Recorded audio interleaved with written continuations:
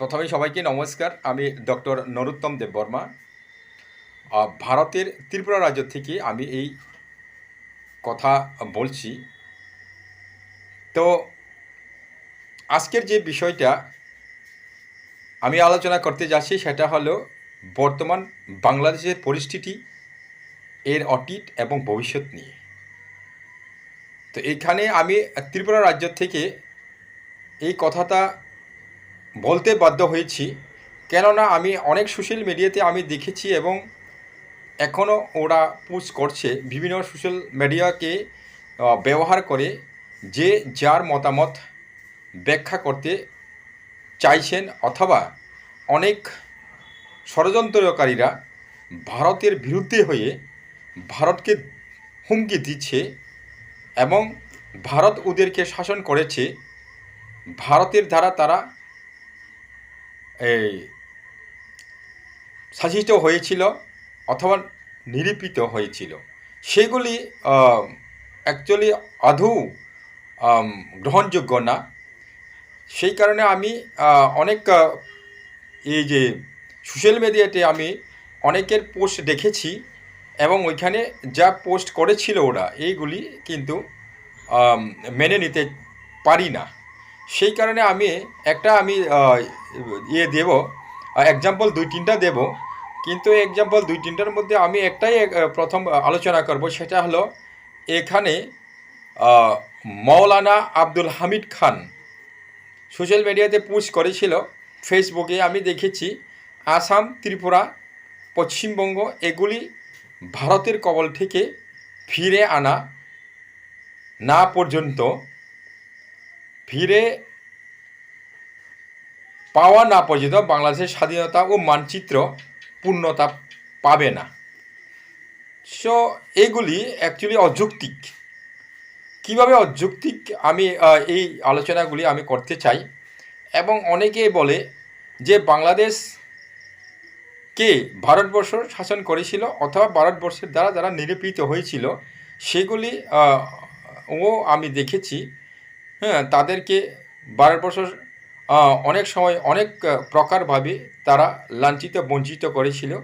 সেটাও বলতে গেলে এখানে আমি বলবো অ্যাকচুয়ালি এই এখন বর্তমানে এই যে ত্রিপুরা এবং ভারতবর্ষ অ্যান্ড বাংলাদেশের যে সম্পর্ক, সেটা সবাই জানেন। এই যে ত্রিপুরা স্পেশালি বাংলাদেশের অনেক মানুষকে মুক্তিযুদ্ধের সময় অথবা 1971-এ যখন নাকি এই ভারতবর্ষের সাথে পাকিস্তানের যুদ্ধ হয়েছিল বাংলাদেশ মুক্তিযুদ্ধের জন্য, তো 1971-এ বাংলাদেশ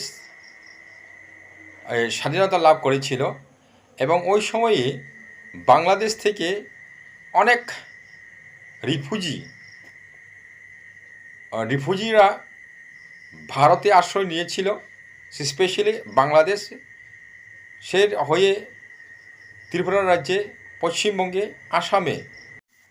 এখানে প্রথমেই ভুল ছিল যে মৌলানা আব্দুল হামিদ খান সে বোধহয় ইতিহাস জানে না। ইতিহাসে কি লেখা আছে অথবা ইতিহাস কি হয়েছিল, সে 1905 সালে পার্টিশন অফ বেঙ্গল হয়েছিল। ওই সময় আসাম, ইস্ট বেঙ্গল, ওয়েস্ট বেঙ্গল, আসামে যারা বসবাস করতো ওরা আসামিস, অথবা ওদের জেনারেশন থাইল্যান্ড থেকে এসেছিল ওরা, সেটা সবাই জানে, অথবা যারা জানে তারা জানে, কিন্তু সেই মৌলানা আব্দুল জানেন কি না এটা জানে না ইতিহাসটা।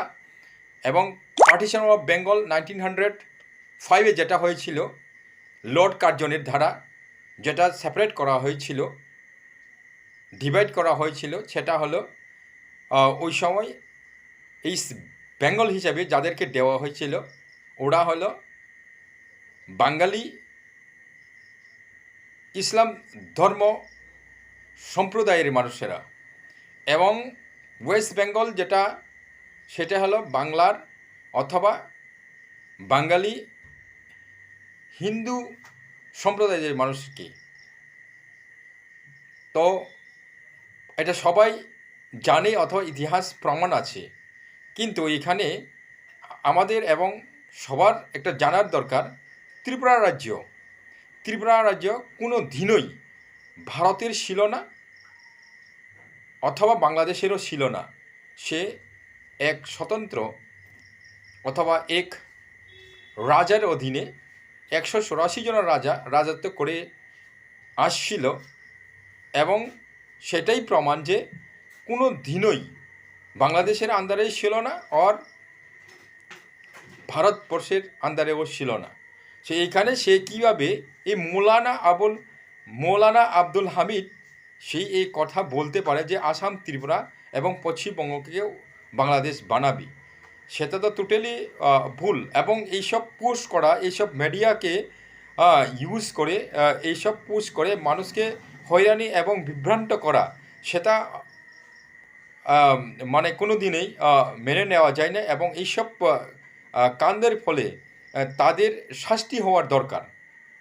এবং এখানে আরও আমি বলবো এই কথাগুলি, যারা নাকি এইসব ষড়যন্ত্র করেছিল যে প্রাক্তন প্রধানমন্ত্রী যে শেখ হাসিনার বিরুদ্ধে, অথবা এই যে নাকি দেশের রাষ্ট্রপিতা শেখ মুজিবুর রহমান, তার নেতৃত্বে এই বাংলাদেশ স্বাধীন হয়েছিল। এবং বাংলাদেশ স্বাধীন হওয়ার পরে যে ওর মেয়ে শেখ হাসিনা, সে 20 বছর রাজত্ব করে আপনাদেরকে যে স্বাধীন বাংলাদেশকে উন্নতি করার জন্য এই 20 বছরের মধ্যে যে শান্তি শৃঙ্খলা বজায় রেখে আপনাদেরকে চালিয়েছিল, সেটা ভুলে গেলে হবে না। যে মানুষ নাকি নিজে আত্মবলিদান দিয়ে এবং নিজের সব কিছু ত্যাগ করে মানুষদের সহযোগিতায়, সবার সহযোগিতায়, ভারতবর্ষের সহযোগিতায় এবং বাংলাদেশের কতিপয় লিডারশিপ এবং অন্যান্য মানুষের সহযোগিতায় যে বাংলাদেশ স্বাধীন হয়েছিল, এবং ওকেই আপনারা রাষ্ট্রপতি হওয়ার পরেও, দেশের রাষ্ট্রপতি হওয়ার পরেও শেখ মুজিবুর রহমানকে এইভাবে অ্যাসাসিনেট করা বা করতে পারে, সেটা নিন্দনীয়। এবং এইভাবে যদি চলে থাকে এবং চলতে আসা এইসব মানুষেরা কোনো দিনই ডেভেলপমেন্ট করতে পারবে না। এখন যদি শেখ হাসিনা যদিও যায় কোনো দেশে আত্মগোপন করে, অথবা ভারতবর্ষে আত্মগোপন করুক না কেন, সেটা মানুষের অধিকার অথবা মানুষের হিউম্যান রাইটস, তাকে অধিকার দিতে হবে। সে এখানে লুকিয়েছে না কোথায় লুকিয়েছে ওটা বলার বিষয় না।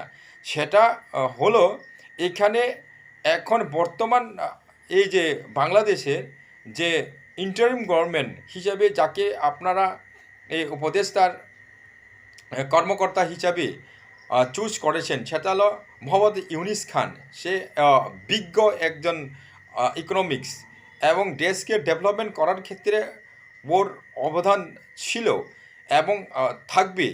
এবং বর্তমানে তাকে আপনারা চুজ করেন, খুব ভালো। কিন্তু এই রাজনৈতিক যে ষড়যন্ত্র অথবা আপনাদের যেগুলি রাজনৈতিক ক্ষমতা পাওয়ার জন্য সরকারকে পতন করে এক সরকার, সাধারণ এক গণতান্ত্রিক ভাবে সরকার গঠিত হওয়া এই সরকারকে পতন করে জোর কদমে কোনো ষড়যন্ত্র চালিয়ে ওদেরকে বাই ফোর্স দেশের থেকে বাধ্য করা পালিয়ে যাওয়ার জন্য, সেটা একদিন আপনাকে পরিণাম ভুগতে হবে। এবং এই পরিণাম কি হবে এটা হয় আপনারা জানেন না, অথবা আপনারা এদের সম্বন্ধে, এই সব সম্বন্ধে কোনো জ্ঞান নেই, সেই কারণে সেই সব কথাগুলি আপনারা বলে থাকেন অথবা সোশ্যাল মিডিয়ায় পোস্ট করতে থাকেন। এবং কাউকে এই সব কাণ্ড করার জন্য, মানুষের ঘৃণা দেখানোর জন্য, মানুষদেরকে ভয় দেখানোর জন্য সবাইকে উৎসাহিত করা হচ্ছে যে হিন্দু মুসলিম এখানে হিন্দুরা থাকতে পারবে না, এবং মুসলিমের দেশ এইভাবে যে নিজেকে প্রমাণ করতে চেয়েছেন, সেটা কিন্তু ভবিষ্যতে নিজের পায়ে নিজেই কুড়োল মারছেন আপনারা। কীভাবে আমি বলছি, এখানে বাংলাদেশ হুম, আগামী আগামী 20 বছরের মধ্যে বাংলাদেশ দেশ ডুবে যাবে। হ্যাঁ, এখানে সবাই জানেন কি না এটা জানি না। যারা জানে তারা বাধ্য আহ, হয়ে এটা হয় কথা বলে না।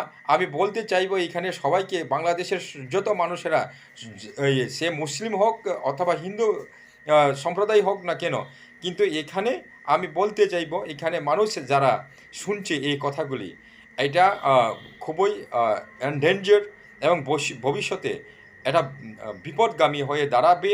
সেটা হলো যে সি লেভেল অথবা এই সমুদ্রের যে জল যে উঠে আসবে, এই আগামী 20 বছরের মধ্যে বাংলাদেশ 50% জলের 50% ইয়ে মাটি জলের নিচে, জলের তলে চলে যাবে।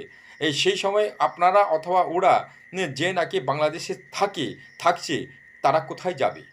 হ্যাঁ, সে এখন বলছে যে বাংলাদেশকে আমরা আমাদের দেশ হিসাবে এবং এর সাথে প্রতিবেশী যেগুলি দেশ বা রাজ্য আছে, যেমন আসাম, ত্রিপুরা এবং এই বঙ্গকে নিজের কুলে আনবে।